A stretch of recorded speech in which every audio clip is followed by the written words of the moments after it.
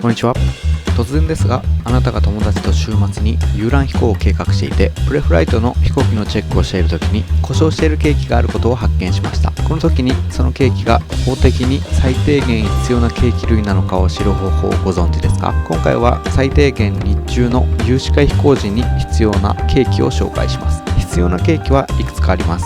それぞれの頭文字を取ってトマトフレームスと覚えます。まずはじめの T はタコメーターです。写真の右下の青色で囲まれているケーキです。エンジンの回転数をパイロットに知らせる役目があります。次にオイルプレッシャーゲージです。エンジンオイルの圧力を示しています。次にマニフォールドプレッシャーゲージです。このケーキは飛行機によってついているものとついていないものがあります。プロペラの角度をパイロットが調節できるタイプの機体についているゲージです。次の A はエアスピードインディケーターです。エアスピードインディケーターは待機速度を表しております。これによってフラップやランディングギアの出すタイミングを見たり、失速に近づいているなどを知らせてくれるとても大事なケーキです。多くの機体は空冷エンジンですが、水冷のエンジンも存在します。このようなエンジンはエンジンを冷やす液体の温度を示すケーキが必要になります。ちなみに訓練機でポピュラーなセスナのスカイホークなどは空冷式のエンジンですので、このゲージはついております。次の O はオイルテンプレチャーゲージです。写真の丸の中のゲージ2個のうち左側がオイルテンプレチャーゲージでエンジンオイルの温度を示しています。右側がオイルプレッシャーゲージです。両方とも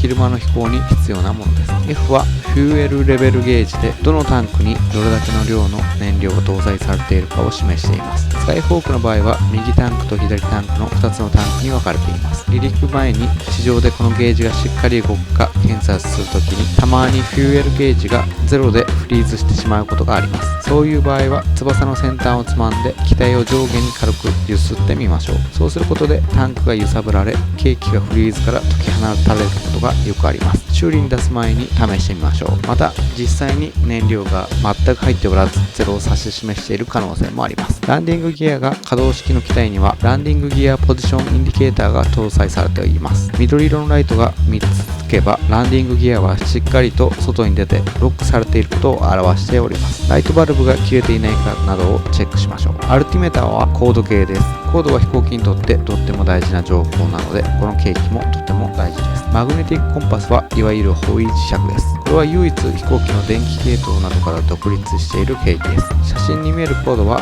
コンパスのライトのコードなので断線していても問題はありません。コンパスがしっかりした方角を示しているのかをチェックし、ヘディングインディケーターとマッチしているのかをチェックしましょう。また強い時期に弱いのでコンパスの近くに強力な磁石を置かないようにしましょう。 ELT はエマージェンシーロケータートランスミッターです。